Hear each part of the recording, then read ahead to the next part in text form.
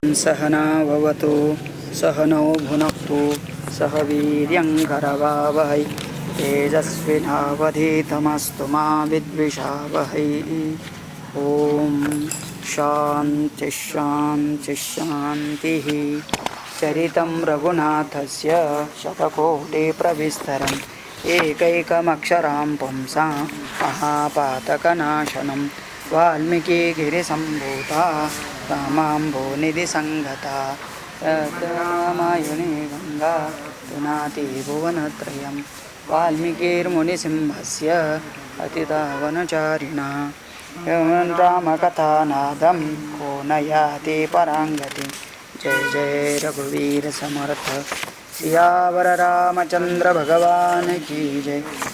जय जय सिया राम। सीता राम लक्ष्मण सब सुमित्रा सभी माताओं का दर्शन करके सभी पूर्ववासियों का विदा लेकर के शोकाकुलावस्था में रथ पर आरूढ़ होकर के निकलने का समय आया। तो जब निकल रहे तो तब अभी ये तो हो गया कि 3 माताओं का उन्होंने परिक्रमा करके दर्शन करके आगे चले, लेकिन उनके साथ साथ रणवास नारियां कहा जाती है। रणवास की स्त्रियां का मतलब हो सकता है रण मतलब युद्ध के समय पर जो स्त्रियां दूसरे राजा की थी, वो सब राजा मारने के बाद उनका क्या होता है करके, तो हो सकता है ये राजा लोग उनको आश्रय देते थे और वो भी पति के रूप उनका पत्नी के रूप में स्वीकार करते थे। तो ऐसे स्त्रियों को रणवास की स्त्रियां कहा जाती है। तो वो भी माता तुल्य ही होती है और इसलिए वो सब लोग अभी राम निकल रहे तो बहुत दुखी होते हैं और वो ही कह रहे हैं तस्मिंस्तु पुरुषव्याघ्रे निष्क्रामति कृताञ्जलौ आर्तशब्दो हि संजज्ञे स्त्रीणामन्तपुरे महान्। तस्मिंस्तु पुरुष व्याघ्रे। पुरुष व्याघ्र का मतलब पुरुषों में व्याघ्र। व्याघ्र का मतलब होता है वाघ होता है, वाघ बाघ। तो पुरुष व्याघ्र पुरुषों में श्रेष्ठ। तस्मिन् निष्क्रामति, जब वो निकल रहे थे वहाँ राजा के दर्शन करके, कृतांजलो, और वो भी कैसे चल रहे थे तो दोनों हाथ जोड़ करके सभी के बीच में से निकल रहे थे। उसी समय पर अंतपुरे स्त्रीणाम अंतपुरे महान आर्त शब्द, एक ही साथ बहुत जोर से शब्द निकलने लगा। और वो कहाँ से शब्द आया तो सभी कौशल्या सौमित्रा इनके अलावा जो रणवासी या स्त्री थी 350, वो एक साथ जोर से रोने लगी। अनाथस्य जनस्यास्य दुर्बलस्य तपस्विनः यो गतिः शरणं चासीद स नाथ क्वनु गच्छति। अनाथस्य जनस्य दुर्बलस्य तपस्विनः, राम की महिमा गाती है वो सब स्त्रियां, कहती कि वो अनाथ के लिए नाथ था। जनस्यास्य दुर्बलस्य, कोई इसमें दुर्बल था तो उसके लिए वह बल बन करके उनका मदद करते थे। तपस्विनः, वो तपस्वी थे। तो इस प्रकार से बहुत बार ये हो रहा था कि राम जी हर व्यक्ति के लिए वहाँ पर उपस्थित होते थे। तो कहते हैं यो गति ही शरणम चासीत, जो सबकी गति थे। गति का मतलब आश्रय, गति का मतलब शरण जाने का जगह। तो यो गति ही शरणम चासी स नाथ क्वनु गच्छति, हम सबको छोड़कर के वो कहाँ जा रहे। तो स्वाभाविक है इन रानियों की तरफ भी राजा का इतना ख्याल जाता या नहीं, लेकिन राम जी सभी का ख्याल करते थे, किसी को भी कुछ समस्या है निवारण करते थे और इसीलिए सबको वह अपना जैसे लगा। न क्रुध्यभिराशास्तोऽपि क्रुध्यत्यविशस्तोऽपि क्रोधनीयानि वर्जयन् क्रोधनीयानि वर्जयन् क्रुद्धान् प्रसादयन् सर्वान् क्रुद्धान् प्रसादयन् सर्वान् समदुःख क्व गच्छति दुःखक्व गच्छति न क्रुध्यति अभिशस्तोऽपि। राम का स्वभाव देखो, उसको किसी ने शाप भी दिया या कैकेयी ने जैसे उसको वनवास दिया तब भी उसको क्रोध नहीं आता था, किसी भी अवस्था में उनको क्रोध नहीं आता था। क्रोधनीयानि वर्जयन्, और जो उनके ऊपर क्रोध करते थे उनको भी वह क्षमा कर देते थे। क्रुद्धान् प्रसादयन् सर्वान् समदुःख क्व गच्छति, सभी अवस्था में समदुःख, जो गीता में है योगी का ज्ञानी का लक्षण दिया, सुख दुखे समय कृत्वा इत्यादि, ये सब लक्षण श्री राम के अंदर थे। वो स्वयं उनकी वह अन्य माताएं वर्णन कर रही है। कौशल्यायां महातेजा कौशल्यायां महातेजा यथा मातरि वर्तते यथा मातरि वर्तते तथा यो वर्तते स्मासु तथा यो वर्तते स्मासु महात्मा क्वनु गच्छति। महात्मा क्वनु गच्छति। कौशल्यायां महातेजा यथा मति वर्तते, राम की मति का बुद्धि भावना कौशल्य के प्रति कैसी थी, तथा यो वर्तते अस्मासु, ये सभी 350 रानियाँ बोल रही थी कि सभी के सभी कौशल्य के समान हमसे भी वह प्यार करते थे। और ऐसे महात्मा राम हम सब कुछ छोड़ कर के क्वनु गच्छति, कहाँ जा रहे हो, क्यों जा रहे हो, ऐसे सबका एक आग्रह है।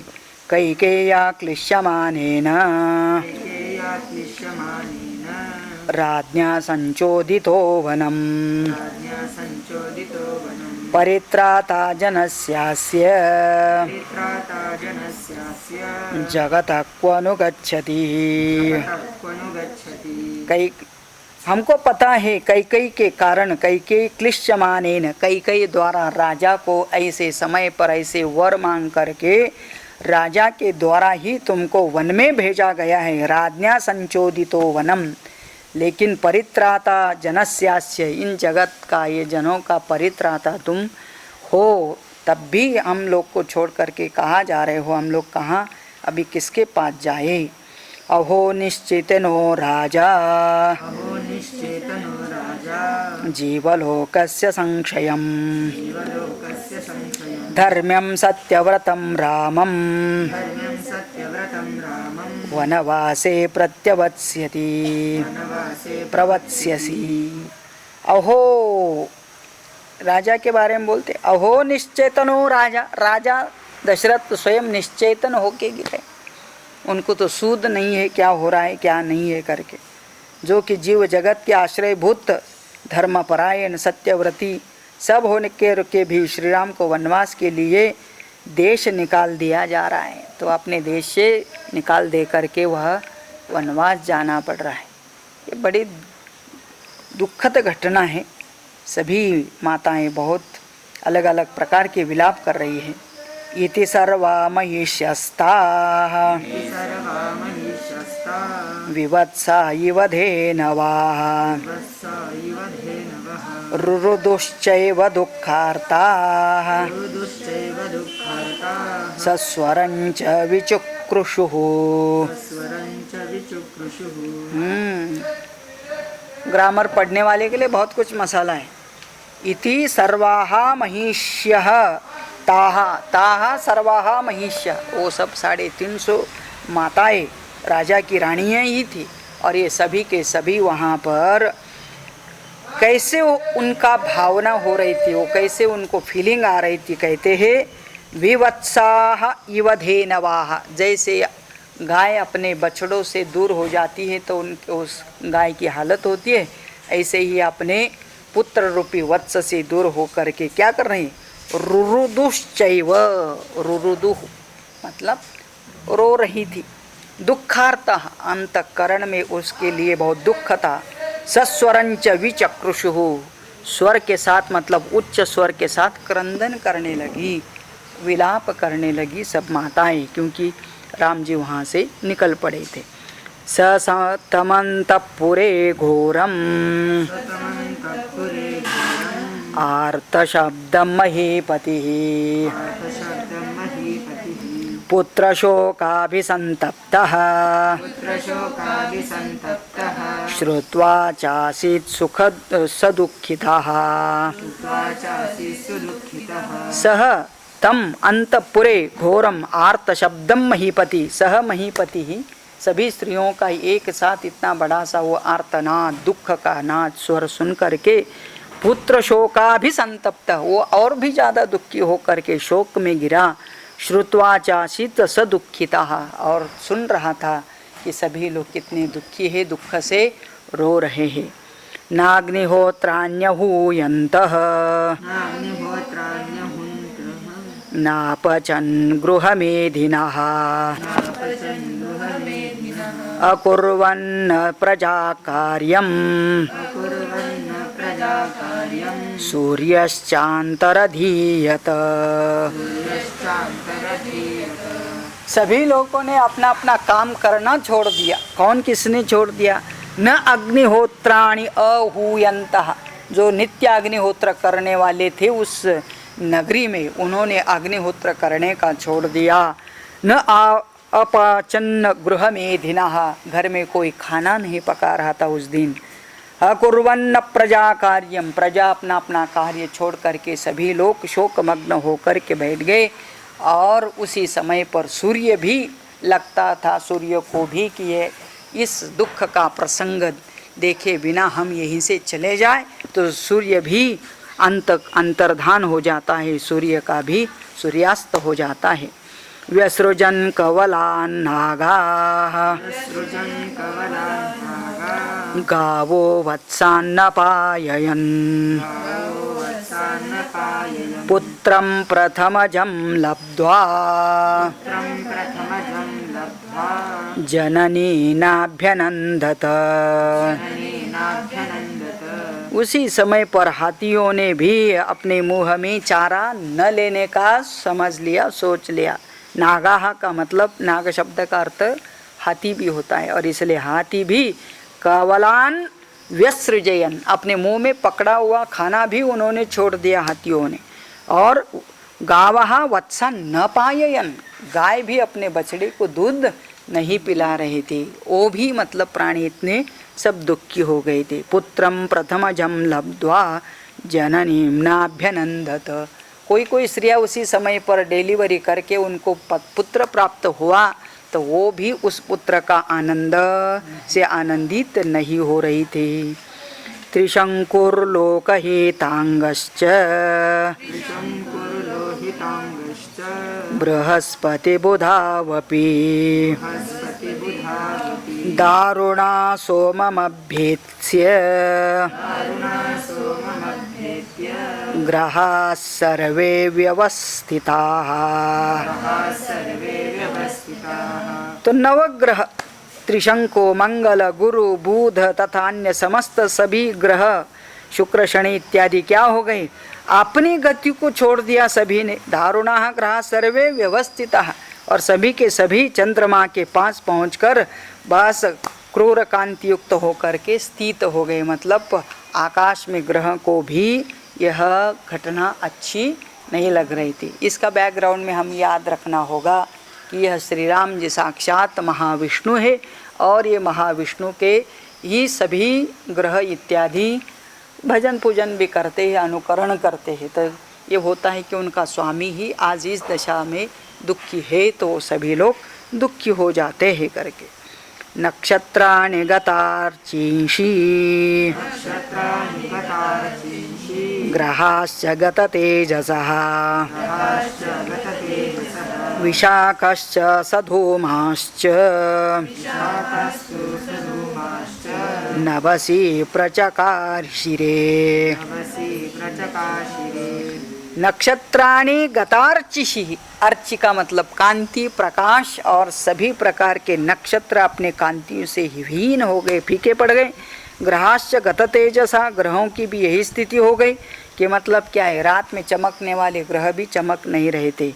क्या हो गया फिर? विशाखाश्च सधूमाश्च और सब के सब आकाश में विपरीत मार्ग पर निस्तेज होकर के नवसी चकाशिरे, वो तो उनका स्वभाव तो प्रकाशित होना है, लेकिन वो प्रकाश भी मंद मंद हो गया था। एक प्रकार की क्या है, यह शोक स्थिति बन गई सबकी। कालिका नीलवेगेन महोदधीरिवोत्थितः रामे वनं प्रव्रजिते नगरं प्रचचाल तत्। कालिक अनिल वेगेन, कालिका मतलब काले काले मेघ, वो भी बेचारे क्या है, हवा के वेग से वो भी जल्दी नहीं भाग रहे थे, वो भी उमड़ पड़े थे। मतलब सब अचानक सभी जगह पर काले काले मेघ आ गए। महोदधि ही वो उत्थिता, और दिखने में तो बिल्कुल समुद्र के जैसे दिख रहे थे, ऊपर नीचे समुद्र होता है, वो ऊपर देख रहा है करके। रामे वनम प्रव्रजीते नगरम प्रचचाल, और राम जी जब निकल पड़े तो उनके साथ साथ पूरा नगर उनको फॉलो कर रहा था, हिलने लगा था। कैसे हिल रहा था नगर, तो बताते क्या पृथ्वी हिलने लगी है तो फिर नगर की बात ही क्या है। दिश पर्याकुला सर्वाः तिमिरेणेव संवृताः न ग्रहो नापि नक्षत्रं प्रचकाशेन किंचन। दिशः पर्याकुलाः, सभी दिशा भी व्याकुल हो गई करके, पूर्व पश्चिम दक्षिण उत्तर और उपदिशा भी सब व्याकुल हो गए, मतलब दिशा को भी दिग्मूढ़ता हो गई। और तिमिरेण संवृताः सर्वाः, अंधकार छा गया सभी जगह। न ग्रह नापि नक्षत्रम प्रचकाशेन किंचन, न ग्रह न प्रकाशित हो रहे, ना नक्षत्र प्रकाशित हो रहे। अकस्मान् नागर सर्वः जनो दैन्यमुपागतम् आहरे वा विहारे वा न कश्चिदकरोन्मनः। अकस्मात का मतलब सहसा, नागरः सर्वः जनः दैन्यम उपागमा था, पूरा का पूरा नगर दुखी हो चुका है। और क्या हुआ फिर, आहरे वा विहारे वा, ना उनको खाने में मन लग रहा है, ना घूमने के लिए मन लग रहा है। और फिर क्या है, कश्चित अकरोन मनः, मन ही नहीं लग रहा था। घूमने चलो तो घूम नहीं रहे, खाओ बोलो तो खा नहीं रहे, सबकी ऐसी स्थिति हो गई। बाष्प परे शोक पर्याय संतप्तः सततं दीर्घमुच्छ्वसन् अयोध्यायाञ्जनः सर्वः चुक्रोश जगतीपतिम्। शोक पर्याय संतप्तः, सभी के सभी अयोध्यावासी शोक परंपरा से संतप्त हो गए। सततम, और बार बार, दीर्घम उच्छ्वसन, दीर्घ श्वास लेने लगे, क्योंकि जब क्रोध आता है या तो दुख हो जाता है तो आदमी का श्वास भी बदलता है। बच्चे हैं तो स्पुंद स्पुंद करके रोते हैं, और जिनको अभी रोना शुरू नहीं हुआ लेकिन क्रोध आया तो उनका श्वास भी गर्म होता है, टेंशन आया तब भी होता है। बाष्प पर्याकुल मुखः राजमार्गगतो जनः न रुष्टो लभ्यते कश्चित् सर्वशोकपरायणः। राजमार्गगतः जनः, ऑलरेडी अपना घर छोड़ के लोग रास्ते पर आ गए हैं और उनके मुख पर आकुलता है और आँख में पानी भरा है। न रुष्टः लभ्यते, और किसी को भी किसी भी प्रकार का सुख नहीं मिल रहा था। इसका उल्टा शोक परायण, एक नया शब्द देखो, हरिभक्त परायण है, अभी ऐसे एक दूसरा शब्द आया शोक परायण। हर चीज़ का शोक और हमेशा करने वाले, जैसे हरि की भक्त हमेशा करने वाले हरि भक्त परायण कहा जाते हैं, ऐसे हमेशा कोई ना कोई कारण ढूंढ करके शोक करते हैं, उनको क्या बोलने का, शोक परायण। ऐसे परायण शब्द सब जगह, धन परायण, शोक परायण, निंदा परायण, अभ्यास परायण भी बोल सकते हैं। अच्छा काम करते तो वो भी अभ्यास होता। तो ये परलोक तो सभी के सभी आज अयोध्या में शोक परायण हो चुके हैं, कि मतलब उनके शोक का कोई अंत नहीं। नवाति पवन शीतः नवाति पवनशीतः न शशि सौम्य दर्शनः शशि सौम्यदर्शनः न सूर्यस्तपते लोकम् सूर्यस्तपते लोकम् सर्वं पर्याकुलं जगत्। सर्वं पर्याकुलं जगत्। पवनः न वाति, हवा भी नहीं चल रही है। शीतः न शशि सौम्य दर्शनः, हमेशा बहुत अच्छा दिखने वाला, सुंदर दिखने वाला चंद्र भी आज न शीतः, वो भी शीतल नहीं लग रहा है। हवा भी शीतल नहीं लग रही, चंद्र भी शीतल नहीं लग रहा है। न सूर्य तपते लोकन, जो हमेशा ताप देने वाला सूर्य आज वो ताप भी नहीं दे रहा है। सर्वम पर्याकुलम जगत, इस प्रकार से पूरे जगत को ही शोक हो चुका है। अनर्थिन सुता स्त्रीणाम भरतारो भ्रातरस्तथा सर्वे सर्वं परित्यज्य रामेवानन्व चिन्तयन्। अनर्थिनः सुतः स्त्रीणाम, सभी माँ बाप अपने बच्चों को अभी बच्चे जैसे देख नहीं रही है। पति स्त्रियों को स्त्रियाँ जैसी नहीं देख रही है, स्त्रियाँ पति को पति जैसे नहीं देख रहे हैं, क्योंकि सबको सब भूल गए हैं। भ्राता भ्रातर को भूल गया है। तो क्यों? सर्वे सर्वम परित्यज्य, सभी प्रकार के संबंध, सभी प्रकार के भाव का त्याग करके सभी के सभी केवल एक चिंतन कर रहे हैं, रामम एव अन्वचिंतयन। तो इससे ही पता चलता है कि राम जी हर व्यक्ति के लिए कितने महत्व के थे। जैसे हम लोगों के लिए वो कुछ भी महत्व के नहीं होते हैं। हम अपना काम धंधा करते, हम अपना खाना पीना करते, कभी भी राम जी के बारे में विचार तक नहीं आता है। कभी पूजा किया नहीं तो बुरा नहीं लगता है।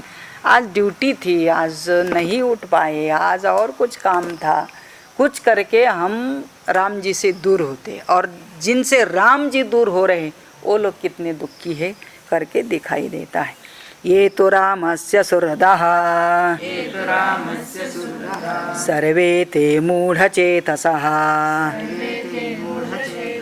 शोकभारेण चाक्रान्ताः शयनं नैव भेजिरे। ये तो रामस्य सुहृदः, जो राम जी के मित्र मंडल थे, वो क्या बोलते, सर्वे ते मूढ़चेतसा, वे बेचारे सभी के सभी अपनी सूझबूझ खो बैठे थे। पता नहीं राम जी का साथ दे या यहाँ माँ बाप के साथ रहे, सभी निंगूढ़ हो गए। शोक भारेन च आक्रांतः, सभी के सभी शोक के भार से आक्रांत हो चुके थे। शयनम नैव भेजिरे, ना कोई रात में सोने का कोई इच्छा कर रहा था या उनको नींद आ रही थी। अभी रात हो रही है, किसी को नींद तक नहीं आ रही है। सब के सभी क्या रामम एव अन्वचिंतयन, सभी के सभी राम जी का ही चिंतन कर रहे थे। तो मतलब अभी ये तो हो गया दुख प्रसंग में राम जी का चिंतन हो रहा है। इसलिए कहा जाता है कि आर्त भक्त भी दुखी होकर के भगवान का इस प्रकार से चिंतन करते हैं। और यदि कोई सुख में भी परमात्मा का चिंतन करे तो उसकी अवस्था इस प्रकार की होनी चाहिए कि ना उसको खाने में रस है, ना सोने में रस है, ना और किसी प्रकार की भावना अंतःकरण में आती है। तो इस एकाग्र हो करके वह परमात्मा का चिंतन करे। ततस्त्वयोध्यारहिता महात्मना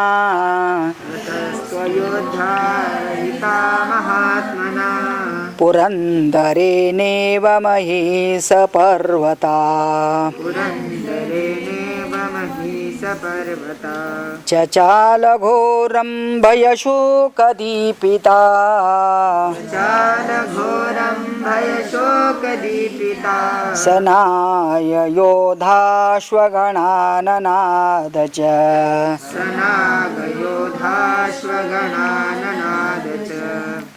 पूरे इस अध्याय का संक्षेप बताते हैं तो कहते हैं ततः तू अयोध्या रहिता महात्मना, उस महात्मा राम से आज अयोध्या रहित मतलब सुनी सुनी लग रही है, जहाँ से राम जी निकल गए हैं। पुरंदरेणेव मही सपर्वता, जैसे कि देवराज इंद्र से रहित मेरु पर्वत पर खड़ी यह पृथ्वी कैसी लगती है। चचाल घोरम भयशोक दीपिता, पूरा पृथ्वी डगमगने लगती है। तो सभी भाई छोटा सा भूकंप हो गया तो हम घर दार छोड़ के बाहर जाते हैं, तो उस समय राम जी चले गए तो ये पृथ्वी ही जैसे डगमगने लगी है। समान यो सनाग योधा अश्वगणा ननाद च, और फिर सभी के सभी नगर भयंकर आर्तनाद होने कर सभी एक साथ क्या हाथी घोड़े और सैनिकों सहित नगरी में भयंकर आर्तनाद करने लगे। और इस प्रकार से ये वातावरण वहाँ निर्माण हो चुका है जब राम जी अयोध्या से निकल पड़ रहे थे। आगे क्या होता है अगले सर्ग में बताने वाले हैं, उसका चिंतन हम कल करते हैं। जय जय रघुवीर समर्थ सियावर रामचंद्र भगवान की जय। जय जय रघुवीर समर्थ। ओम पूर्णमदः पूर्णमिदं पूर्णात् पूर्णमुदच्यते पूर्णस्य पूर्णमादाय पूर्णमेवावशिष्यते। ओम शांति शांति शांति।